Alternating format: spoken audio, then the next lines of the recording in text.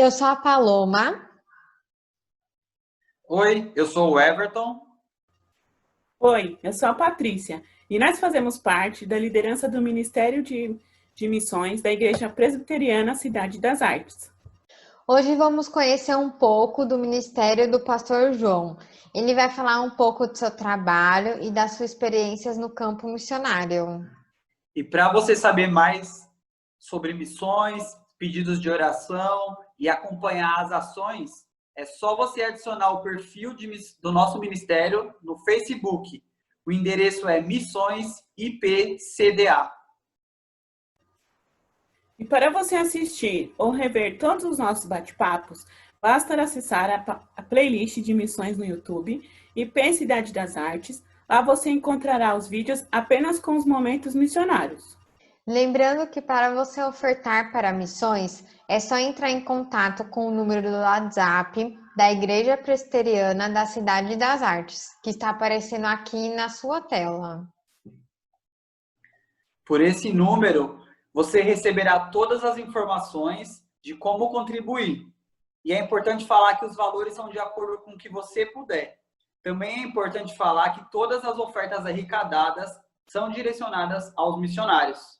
E no dia 29 de agosto, teremos a nossa primeira conferência missionária na Igreja Presbiteriana Cidade das Artes. Será transmitida pelo YouTube e pelo Facebook, a partir das 18 horas. Teremos palestras, músicas, mensagem especial para adultos e crianças. Não perca! Agora vamos receber aqui o Pastor João.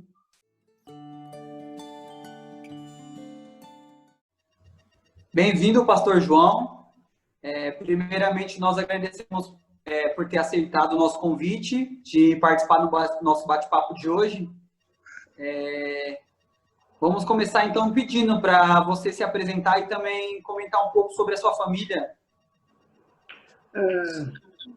Olá, irmãos. Uma alegria participar com vocês dessa live. Muito obrigado pelo convite. Os jovens da Igreja Presbiteriana, como que é me perdoe o nome da Igreja Presbiteriana das Artes? Da Cidade das Artes. Da Cidade das Artes. Então, muito obrigado, desculpa aí, muito obrigado pelo convite. Eu sei que o pastor da igreja é o pastor Vanei, um amigo meu de longa data. Um forte abraço para ele, para a esposa também. Meu nome é João Petrecelli, sou ministro da Igreja Presbiteriana há 24 anos. Trabalhei 9 anos no Brasil e já estou há quase 16 anos trabalhando no campo missionário transcultural. Sou casado com a Tânia há 28 anos, temos 2 filhos, o Johan, de 24, ele é militar, serve no Exército da Nova Zelândia e mora na base onde ele trabalha. E temos também a Nicole, de 20 anos, casada com o Douglas, estuda arquitetura aqui em Auckland, na Nova Zelândia. Esse é um pouco da nossa história, da nossa família. Pastor, conta pra gente como foi a sua preparação e da sua família para ir ao campo.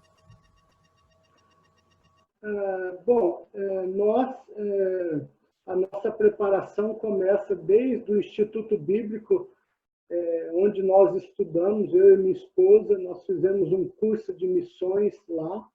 Depois eu fui para São Paulo estudar o bacharel em teologia no JMC, onde eu me formei.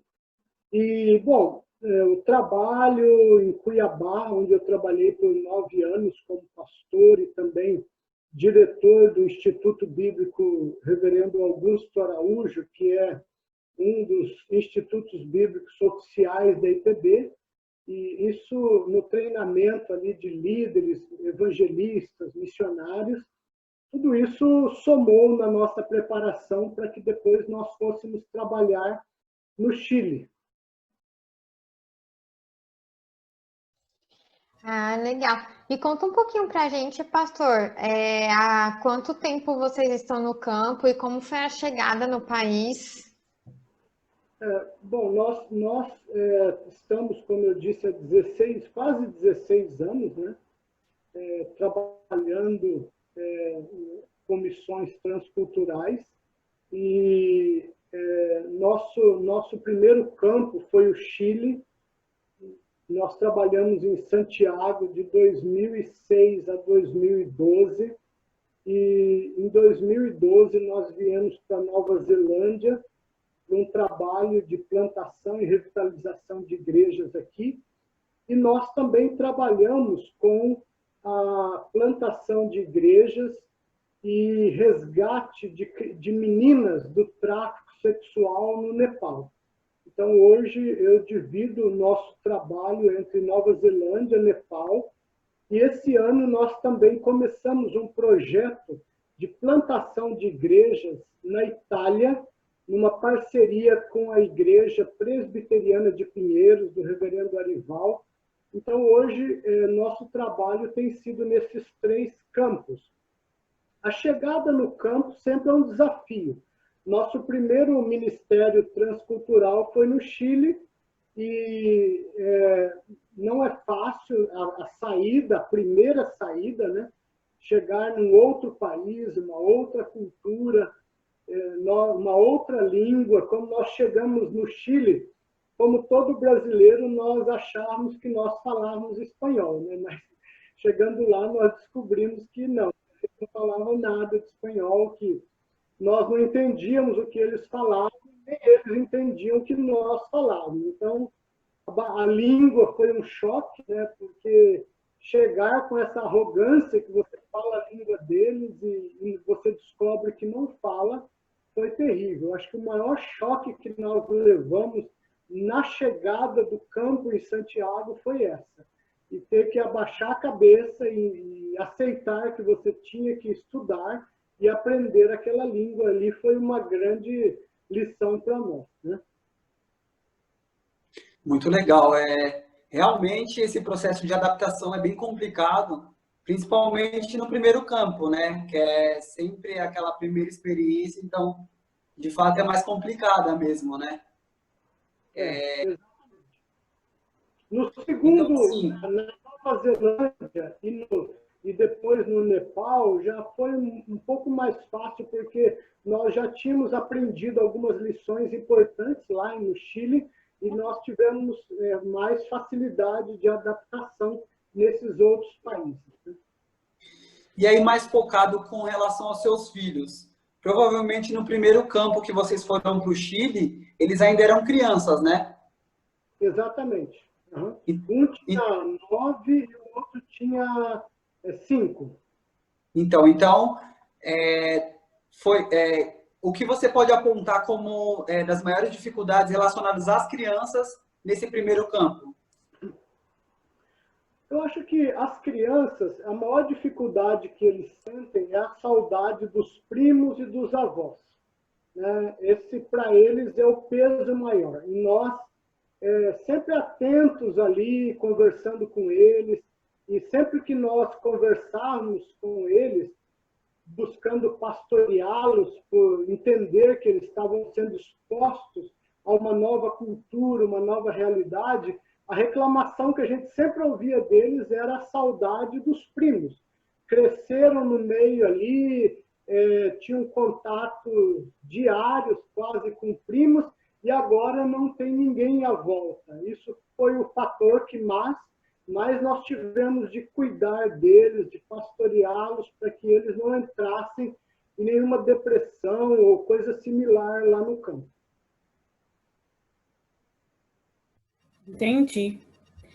O que o senhor consegue apontar de mais diferente, assim, que da relação de cultura da Nova Zelândia para a do Brasil?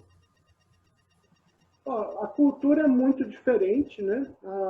Os neozelandeses, eles são, em geral, descendentes vindos da Inglaterra e da Escócia.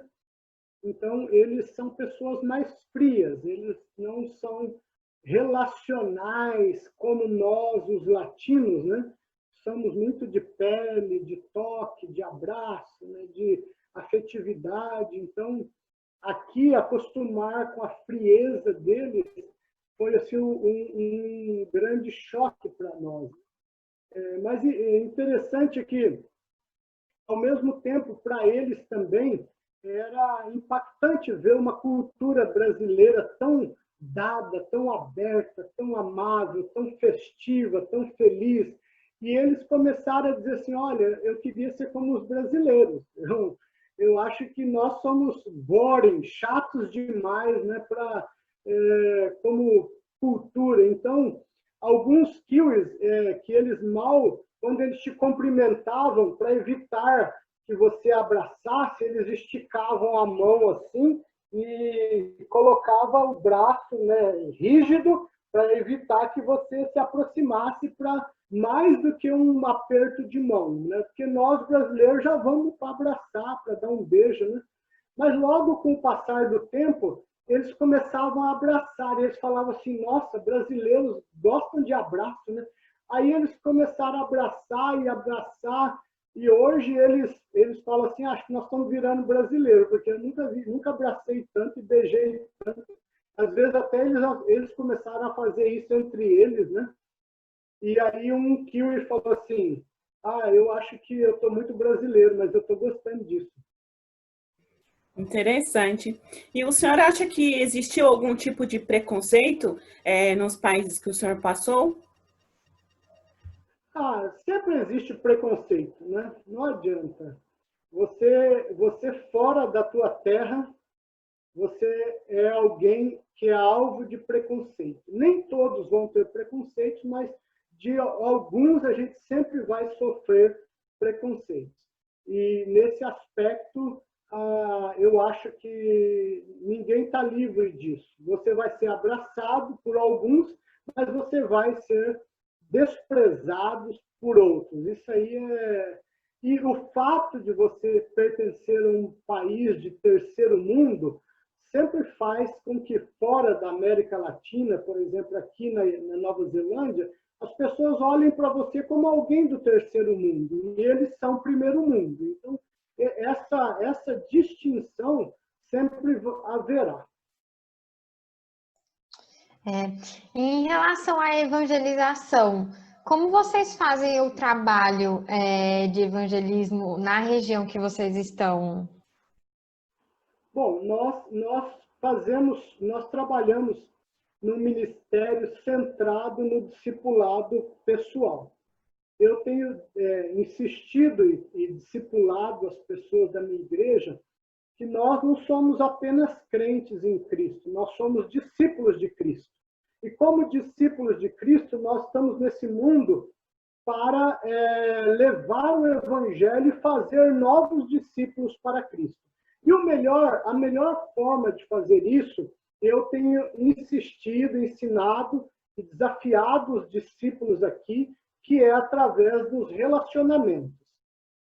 Eu tenho falado para eles que a mesa da nossa casa é o púlpito mais poderoso que tem em termos de compartilhar o evangelho. Quando nós lemos os evangelhos, nós vemos Jesus pregando muito mais numa mesa do que num púlpito da sinagoga.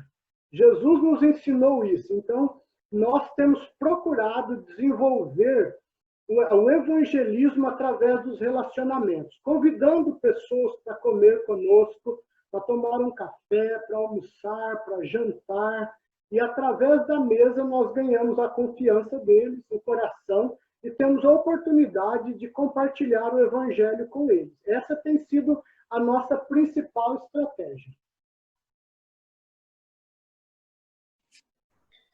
E já nessas suas experiências, já ocorreu em algum momento algo mais delicado com relação ao campo, né, que tenha acontecido, sei lá, um momento mais tenso, digamos assim, que o senhor possa comentar aqui para a gente?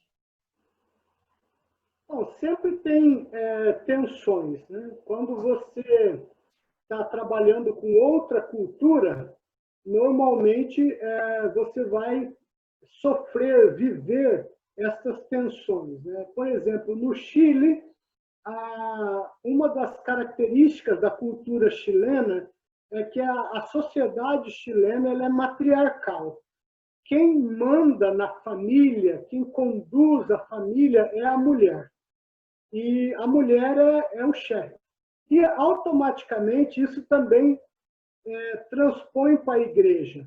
Então nós tivemos, por exemplo, um enfrentamento muito duro no Chile para mostrar que a base bíblica para a família tem o homem como cabeça do pacto.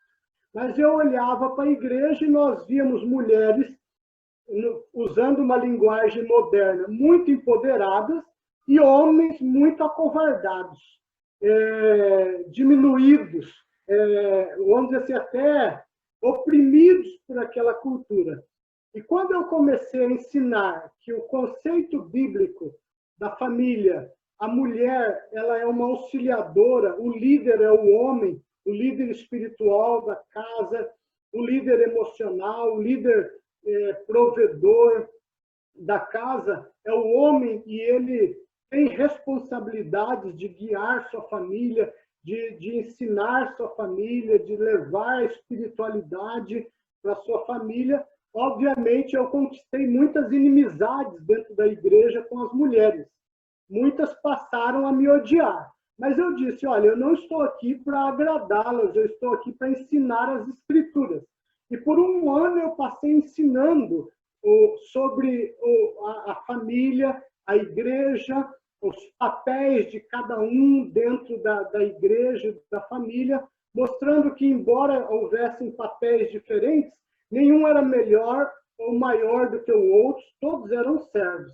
E no final, foi muito interessante vê-las se rendendo à Bíblia, à palavra de Deus. Mas aquele primeiro ano, eu saí do céu para o inferno com relação a elas, por causa que os homens não estavam gostando, porque eu estava tirando eles da zona de conforto, e as mulheres estavam me odiando, porque, de alguma forma, eu estava quebrando um ciclo, uma cultura que precisava ser redimida pelo Evangelho e que agora está também tirando elas do centro e do poder. Então, acho que no Chile foi essa a maior tensão.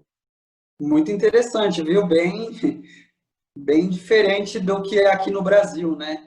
E na Nova Zelândia já teve também algum caso, alguma coisa? Uma tensão que a gente enfrenta na Nova Zelândia é que o neozelandês ele não é confrontacional. O neozelandês ele vai, às vezes, ficar com raiva de você, mas ele nunca vai chegar para você e falar para você o que ele pensa de você. Como a Bíblia manda, se você tem algo contra teu irmão, vai entre ti e ele só e fala com ele, e resolve, trata o problema. Esse foi um problema que nós enfrentamos aqui, de ter de confrontar, e eles não gostam de ser confrontados, então isso também gerou muita tensão, né? Alguém já disse que os neozelandeses eles são muito educados para serem honestos. Então, isso é um problema, gera muita mágoa, muito ressentimento guardado, feridas que ficam ali abertas e que não são tratadas, e a igreja padece por isso. Então, no começo, eles também me odiaram, porque eu diagnostiquei esse aspecto da cultura e eu fui trabalhar biblicamente a redenção desse aspecto negativo. E mexer em cultura é muito difícil, né? João Calvino disse que toda cultura tem aspectos positivos e negativos. O que é positivo precisa ser fortalecido, enaltecido, e o que é negativo precisa ser redimido pelo Evangelho. Então, esse processo de redenção aqui também causou estresse, mas hoje eles entendem e estão convencidos pela Bíblia que eles precisam parar de se orgulharem desse aspecto da cultura deles e entender que ela precisa ser transformada pelo Evangelho. Pastor, tem Algum de vocês que teve alguma experiência engraçada em relação ao costume do país da Nova Zelândia, que o senhor queira comentar? Eu acho que sempre tem histórias hilárias, né, que a gente passa, né? Quando nós chegamos aqui, por exemplo, nós fomos parados numa blitz da polícia e eu não falava inglês praticamente nada. Eu estava começando, eu cheguei aqui com zero de inglês, né? E na blitz o policial falou assim para mim em inglês: por favor, conte até 10. Mas quando e aquele era um bafômetro, era um teste do bafômetro. E ele colocou o bafômetro perto da minha boca. Como eu não entendi o que ele falou, eu soprei, né, no bafômetro, né? Aí ele olhou para mim com aquela cara estranha, olhou para dentro do carro, estavam meus filhos, a minha esposa, aí ele falou assim: alguém nesse carro fala inglês? Aí foi engraçado que meu filho falou assim: pai, eu acho que ele está falando para eu contar até 10, não é para eu soprar. Aí eu peguei, aí eu falei assim: tá, então eu comecei a contar. E ele começou a dar risada, né? E depois que nós saímos, né, nós paramos o carro mais para frente, que a gente não aguentava de rir, né? Os meninos rachando o bico de rir da minha cara, porque eu soprando lá no bafômetro e o cara me mandou eu contar até 10 somente. Então, coisa assim da língua, né, que a gente tropeça, que a gente vai aprendendo nos trancos e barrancos, né? Eu lembro que uma vez no Chile também, eu fui aprendendo espanhol, que eu achava que eu sabia, né?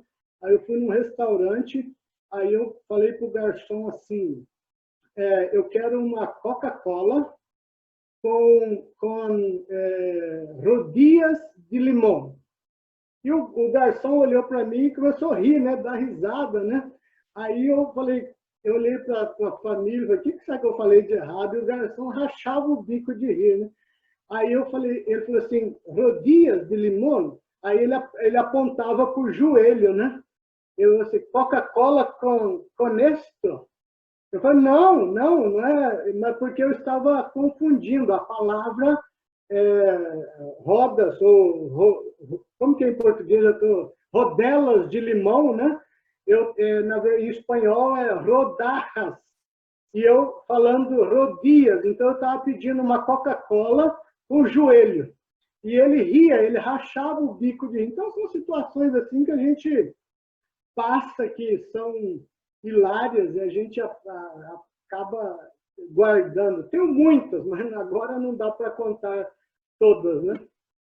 E aí na Nova Zelândia, então vocês participam de uma igreja, né? É isso? Nós plantamos uma igreja aqui, né? Isso. Plantamos uma igreja na cidade de Queenstown. É uma igreja multicultural, composta por brasileiros, hispânicos, kiwis, né? E também trabalhamos numa igreja só de kiwis, né? Só com neozelandeses, né? Quando eu falo kiwis, é bom explicar que os neozelandeses não gostam muito de serem chamados de neozelandeses. Eles gostam de ser chamados de kiwis. Quem nasce na Nova Zelândia é kiwi, né? Muito interessante. E aí os seus filhos e a sua esposa, provavelmente eles também contribuem com você no campo, né? O que você pode comentar que eles dão de suporte para o trabalho? Olha, enquanto meus filhos estavam em casa, toda a nossa família, nós estávamos envolvidos com a igreja, né? A minha esposa, ela é pedagoga formada, ela também é formada, tem uma segunda faculdade, que é fotografia, e ela usa, claro, todos os conhecimentos da pedagogia para estruturar todo o departamento infantil, treinar professores, criar currículos, elaborar material de ensino. Então, ela me ajuda muito e também me ajuda discipulando pessoas. O meu filho, ele é músico, ele toca na igreja, ajuda, também ajudava quando ele estava conosco no discipulado. E a minha filha também ajuda a minha esposa no departamento infantil, né? Como professora, e discipula pessoas fora também, no Ministério do Discipulado. Graças a Deus, eles estão hoje, já casaram, saíram de casa, mas nas igrejas onde eles são comprometidos e trabalham com a igreja em onde eles estão morando agora. Muito legal. Quando vocês vão para um campo missionário, vocês sempre fazem um planejamento para ir para aquele campo. Quando vocês fizeram um planejamento para ir para esse campo que vocês estão hoje, vocês tiveram que fazer alguma alteração no projeto missionário para se adaptar melhor? Ou vocês conseguiram seguir um planejamento? Sempre as alterações acontecem. Nós podemos planejar, mas quando você cai ali na realidade, você percebe que o teu projeto ele era um projeto feito de alguém que estava fora. Você tinha algumas informações, mas aí você começa a descobrir que aquelas informações não eram precisas e você precisa readequar. Isso é sempre. Não tem nenhum lugar ou alguém que possa dizer que executou 100% daquilo que planejou inicialmente. É interessante. Quais são os maiores desafios no campo de atuação e na vida em missões? Eu acho que o grande desafio, primeiro, é o aprendizado da língua. Para você poder alcançar locais, você precisa falar a língua deles. E eu já saí do Brasil com 30 e poucos anos, né? 34 para 35 anos.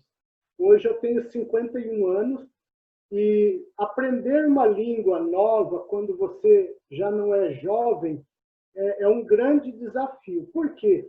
Cientificamente falando, o nosso cérebro, aos 18 anos, ele fecha uma fenda por onde ali, vamos dizer assim, entravam as informações sobre uma nova língua. E com isso, você pode aprender mais tarde, mas significa que você vai ter que esforçar ali para entrar as informações. Então, o grande desafio, e muitos missionários acabam voltando para o país de origem por causa de não conseguir aprender a língua. Eu acho que esse é o maior desafio. Tem línguas que são mais fáceis, tem línguas que são mais difíceis, então eu acho que a barreira da língua é o grande complicador do trabalho missionário. E os seus filhos, então, eles estão casados, né? É isso? A minha filha está casada, o meu filho ainda não, ele está orando com uma menina aí do Brasil e, se Deus permitir, eles estão avançando num namoro e oração, desenvolvendo a comunhão espiritual. Se Deus permitir, eles pretendem se casar o ano que vem, né? Então, meu filho ainda está solteiro. Então, já fazem quanto tempo que vocês não vêm aqui para o Brasil? Você e sua esposa, né? Eu vou regularmente ao Brasil por causa de agendas de pregação, né?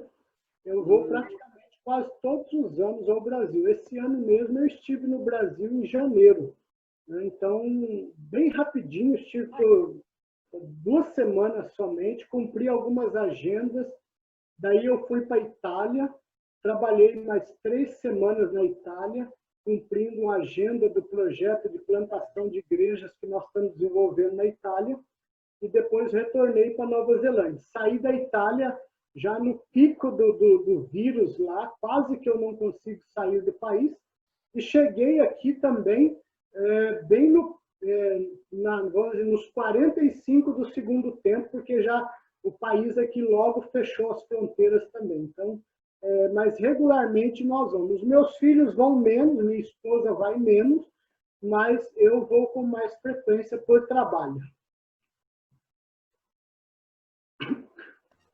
Pastor, quando a gente se conheceu, eu lembro que o senhor falou um pouquinho do como foi no Nepal. Será que o senhor poderia contar um pouco da experiência que foi lá? Na Nova Zelândia, hoje, eu estou desenvolvendo um projeto de plantação de igrejas com a Grace Presbyterian Church. Hoje eu mudei de Queenstown para Auckland, eu não sou mais pastor daquela igreja que eu plantei. Eu passei a igreja para o pastor Cláudio Gonçalves, que é um pastor que veio me ajudar como pastor auxiliar. Ele era aí da Zona Sul de São Paulo, acho que Vila Natal, né? E ele é primo do pastor Carlinhos, que trabalhou aí também nessa região. Ele era meu auxiliar em Queenstown, hoje ele é o pastor da igreja e eu coordeno um projeto no país hoje. Hoje nós firmamos uma parceria entre a Grace Presbyterian Church da Nova Zelândia e a IPB vai mandar 10 a 12 pastores pagos do Brasil para ajudar a Grace a plantar novas igrejas aqui, a pedido da Grace Presbyterian Church. E eu coordeno esse projeto, eu tenho que selecionar os pastores no Brasil, fazer a ponte deles com a Grace, fazer os exames teológicos, aplicar vistos e ajudá-los na recepção aqui e estabelecimento no país. Então, esse é o nosso ministério hoje, e nós temos 2 pastores brasileiros com vistos aprovados, passagens compradas, mas não podem vir para cá por causa do vírus. E, paralelamente, desde 2012, eu desenvolvo um trabalho no Nepal. O trabalho é com a Assis Presbyterian Church, uma pequena denominação presbiteriana reformada daquele país, e eles querem crescer como igreja, eles querem plantar novas igrejas, e eles me pediram ajuda para desenvolver um projeto de plantação de igrejas para eles lá no Nepal. Então, nós criamos um projeto de plantar 75 igrejas nos próximos 20 anos, e desde 2015 estamos executando esse projeto, e nós já temos 18 novas igrejas em plantação no Nepal, das 75 que nós queremos alcançar. Ou seja, a denominação é pequena, ela tinha apenas 18 igrejas em 20 anos de história, e hoje nós já temos 18 mais em plantação. O Nepal é um país que existe perseguição religiosa, é um estado hindu, onde os hinduístas perseguem a igreja cristã. Eles toleram o budismo, o islamismo, mas odeiam o cristianismo. Então, nós estamos lá pregando o evangelho, mas debaixo de lutas e perseguições. E o Nepal, até 2008, era um reino, uma monarquia. Mas em 2008, o Partido Comunista Maoísta Chinês, que é forte hoje no país, eles assassinaram toda a família real, destituíram a monarquia e estabeleceram um parlamentarismo, um primeiro-ministro no país como sistema de governo. De 2008 a 2017, o país viveu a luta de constituir uma nova constituição para o país. E a luta era porque o Nepal, por causa da pobreza, queria ter benefícios sociais da ONU. Mas a ONU só investe em países seculares, laicos. Então a ONU pressionava o Nepal para criar uma constituição laica, tornando o país um país laico e não mais um estado hindu religioso como era. Em 2017, eles aprovaram a Constituição, constituindo o país um país laico. Então, nós vimos ali um alívio, uma grande oportunidade para ir expandir o evangelho mais livremente no país. Porque, então, pela Constituição, todas as religiões poderiam ser vividas, pregadas e expandidas no país. Mas isso durou apenas um ano. Um ano depois, o parlamento, influenciado pelos radicais hindus, inseriram na Constituição um artigo que diz que quem é cristão, pode continuar sendo cristão, mas quem for pego evangelizando, prisão de 6 anos. E quem se converter e a sustentar a conversão também vai preso por 6 anos. Hoje nós estamos vivendo essa tensão. Logo que isso foi aprovado, eu viajei para o Nepal para conversar com os plantadores. E eu perguntei, e aí, como vai ser? Então eles falaram, pastor, nós não temos outra saída, nós vamos continuar pregando. Se formos presos, vamos pregar na cadeia, mas ninguém pode nos calar, porque o Senhor nos mandou pregar. Então esse é o ministério que nós desenvolvemos, e também trabalhamos com um ministério chamado Meninas dos Olhos de Deus. Nós apoiamos um ministério, fazemos parte ali desse trabalho que resgata meninas do tráfico sexual. No Nepal, são vendidas cerca de 10 mil meninas por ano ao tráfico sexual. Elas têm entre 10 a 12 anos de idade, elas são vendidas pelos pais, levadas para os bordéis na Índia e são exploradas sexualmente, e elas têm de atender de 25 a 30 homens por dia, sendo uma criança de 11, 12 anos, e por causa dessa violência, a estimativa de vida dessas meninas dentro desses bordéis é de apenas 2 a 3 anos. Elas morrem nesse período, porque não aguentam toda essa violência física e emocional que elas passam. E nós fazemos um trabalho, nós temos nas casas que nós recuperamos as meninas, hoje cerca de 155 meninas recuperadas, e nós estamos trabalhando nesse ministério belíssimo de dar liberdade, curar essas meninas. Elas chegam tão machucadas que às vezes é preciso fazer um trabalho de reconstituição emocional, espiritual e até física. Algumas chegam com o corpo destruído por causa da agressividade de tantas relações sexuais que elas têm que manter por dia por um prato de comida. Muito interessante esse projeto, pastor, que vocês desenvolvem. A gente consegue perceber pelas suas palavras, né, que realmente a Nova Zelândia também é um Nepal, toda essa região é uma região que de fato precisa de Jesus, né? A gente percebe pelas suas palavras que precisa de mais trabalhadores, que o campo é grande, né? Muitas pessoas são necessárias para conseguir alcançar tantas pessoas que ainda não conhecem a Deus. Exatamente. A Nova Zelândia nasce como um país evangélico, colonizado por famílias presbiterianas da Escócia e anglicanas da Inglaterra. Mas hoje, a Nova Zelândia é o segundo país mais secular do mundo, com leis totalmente anticristãs. A igreja está morrendo, você entra nas igrejas em geral, muitos velhinhos somente, não tem quase crianças, adolescentes, jovens, e se não for feito algo, essa igreja em 20 anos pode desaparecer.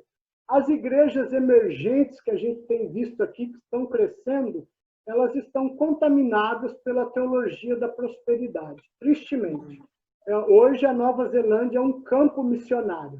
Em 2018, quando eu levei ao Brasil para o Supremo Concílio da IPB, líderes da Grace Presbyterian Church, o moderador da Grace foi ao plenário à frente para dar a fala dele, e ele disse que o país dele é um país em desespero, que eles precisam urgentemente de ajuda de gente que venha para pregar o evangelho para essa nação apóstata, que se afastou do evangelho e está pagando o preço por isso. As consequências de um país que se afasta de Deus alto índice de aborto, alto índice de depressão, alto índice de suicídio entre adolescentes e jovens. É impressionante como eles tiram a vida aqui em face do desespero. Eles têm tudo, eles têm dinheiro, eles têm uma vida estabilizada, eles não sentem falta de nada, não tem pobreza na Nova Zelândia praticamente, não tem pobreza material, mas a pobreza espiritual e emocional é tão triste quanto a do Nepal. E é importante também comentar que nós, como igreja, devemos também nos lembrar de tudo isso que o senhor falou e também oração, né? De fato, a oração é primordial, então nós devemos sempre também nos lembrar disso. E só colocando também um parênteses, o senhor comentou também nas suas falas que o pastor Cláudio também tem trabalhado aí no Nepal, né?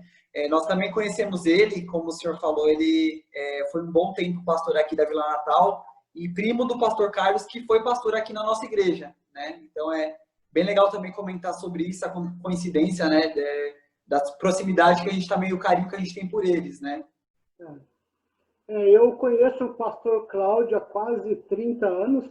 Eu o enviei para o seminário quando eu era pastor em Cuiabá.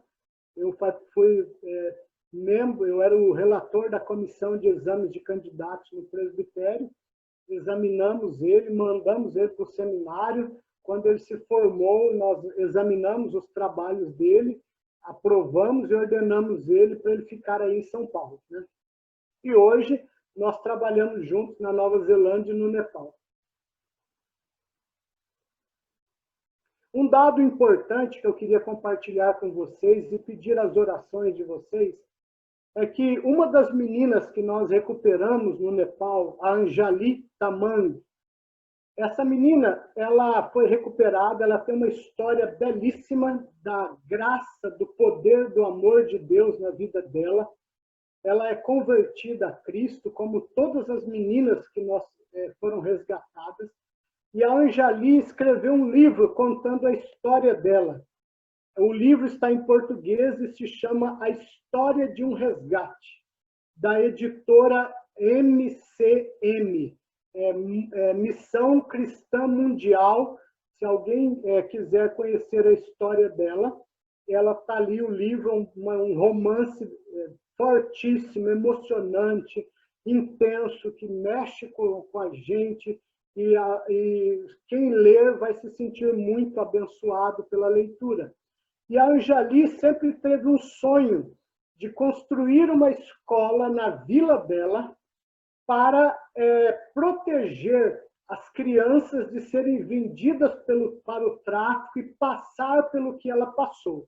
A vila dela no Nepal é o lugar onde mais meninas são vendidas em todo o Nepal. E os traficantes se aproveitam porque na vila dela o índice de analfabetismo é muito alto, porque é uma vila muito alta, a escola mais próxima fica a 3 a 4 horas de caminhada montanha abaixo e depois mais umas 4, 5 horas para a montanha acima para voltar para casa. Um caminho na beira de precipícios com alturas de 3 a 4 mil metros de altura, então os pais, com medo também do caminho perigoso, não mandam as crianças. Então a Anjali hoje tem um sonho de proteger meninas para que elas não passem pelo que ela passou. E nós compramos o sonho da Anjali de construir essa escola. Estamos trabalhando para isso, estamos levantando recursos, o dinheiro do livro é revertido para a construção dessa escola. E como é difícil, às vezes, obter o que nós precisamos hoje de $100 mil americanos para construir a escola. E nós já conseguimos até hoje, com alguns fundraising que nós fizemos e algumas doações, 40 mil. Mas nós conseguimos comprar essa semana a terra para construir a escola, mas faltam $60 mil para construir a escola nessa terra. E o que nós vamos fazer? Eu e a minha esposa, nós vamos fazer um esforço para poder levantar esse dinheiro. Nós vamos pedalar toda a Nova Zelândia, as 2 ilhas, do norte, do topo da Ilha Norte, ao fim da Ilha Sul. Serão 3.000 quilômetros e nós vamos pedalar em 45 dias, todos os dias nós vamos subir lives, fotos, vídeos da nossa pedalada, e nós dividimos os $60 mil pelos 3 mil quilômetros e deram $20 por quilômetro. Então, quem quiser ajudar a construir essa escola, pode comprar 1 quilômetro do nosso esforço para que essa escola seja levantada no Nepal e crianças sejam preservadas de serem vendidas ao tráfico sexual. Eu posso mandar para a Patrícia depois o projeto se chama Ride for Freedom.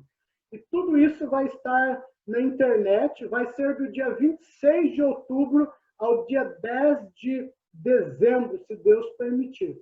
Então, nós queremos fazer isso e cremos que as pessoas vão ver o nosso esforço na internet e vão desejar comprar pelo menos 1 quilômetro para abençoar crianças no Nepal. Essa escola visa atender 400 crianças quando ela for construída. Então, eu gostaria de pedir o apoio de vocês na divulgação desse pedal para que nós alcancemos esses $60 mil. Nossa, pastor, realmente é um projeto muito lindo que vocês estão. Vamos divulgar, vamos orar por ele. E eu queria só saber uma curiosidade. Pelo que o senhor fala, o senhor já tem alguns anos que trabalha com missões. Mas como que foi esse chamado para o trabalho com missões? Como que foi esse primeiro interesse pelo trabalho? Eu costumo dizer que eu nunca fui chamado para missões, eu fui empurrado. Eu vim para onde eu não queria vir e eu parei aqui.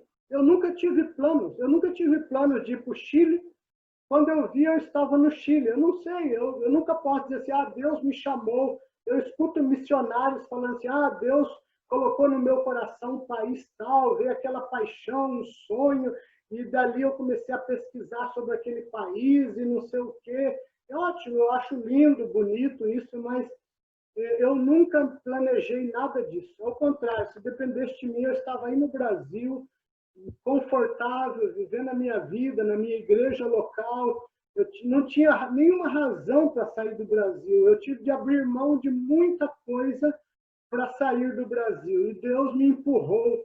E quando eu vi, eu estava no Chile. Quando eu vi, eu estava na Nova Zelândia. Quando eu vi, eu estava no Nepal. E quando eu vi, eu estava na Itália. E eu não sei, essas coisas aconteceram. E eu estou servindo a Deus. Eu costumo dizer que o meu campo é o mundo. E aonde Deus me mandar, me empurrar, eu vou. E eu vou obedecer. Amém, né? Que muitas pessoas possam se inspirar no Senhor, né? E continuar fazendo a obra de Deus, porque esse é o nosso chamado. Ir ao mundo e pregar o evangelho, né? Eu queria saber também, a equipe de missões queria saber se o senhor tem algum pedido de oração especial, né? Que nós e a igreja iremos estar orando pelo Senhor. Orar pelos projetos de plantação da igreja aqui na Nova Zelândia, na Itália, no Nepal. Orar por esse pedal, pela construção da escola da Anjali nas montanhas, pela nossa saúde, pelo nosso sustento financeiro e pela nossa família, para que nós possamos estar bem fisicamente, emocionalmente, espiritualmente, para levar toda essa carga de trabalho que hoje nós temos. Eu queria agradecer vocês de coração por esse tempo tão precioso, tão maravilhoso. Muito obrigado. Deus abençoe vocês e nós vamos conversando pela WhatsApp. A Patrícia pode passar meu contato a você, a Paloma, ao Everton, e nós podemos continuar afinando todos esses projetos e ideias pelo WhatsApp, tá bom? Então, mais uma vez, nós agradecemos, pastor, pelo seu tempo, né? Muito obrigado por compartilhar todas essas experiências com a nossa igreja. E nós vamos, sim, manter o contato. Muito obrigado por tudo. E nós encerramos mais um bate-papo de missões. Obrigado, fica com Deus. Deus continue abençoando. Até a próxima. Tchau. Tchau, tchau.